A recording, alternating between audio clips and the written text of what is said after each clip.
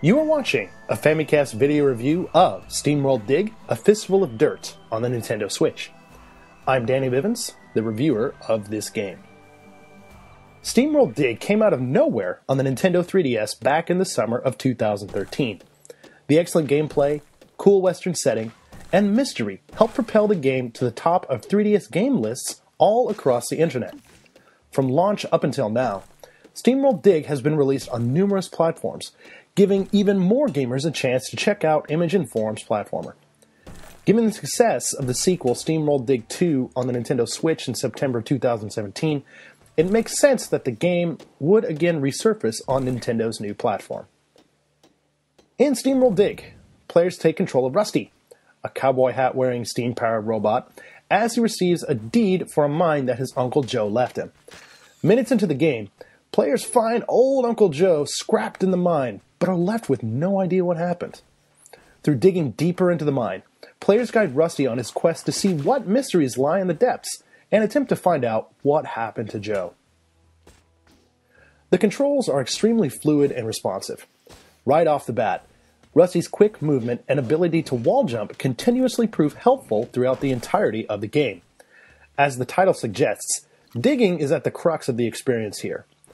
Initially armed with just a pickaxe, players can guide Rusty to effortlessly dig through the environment around him on his journey deeper into the mine. A smart upgrade system rewards players for cashing in on precious metals found in the dirt. Upgrading the pickaxe, as well as unlocking other ways to dig, health upgrades, and steam-powered moves are just a few of the things that you can obtain along the journey. While the exploration aspect is the mainstay of the experience, there are enemies to take out along the way. Now, this is the only part of the game that I really have an issue with.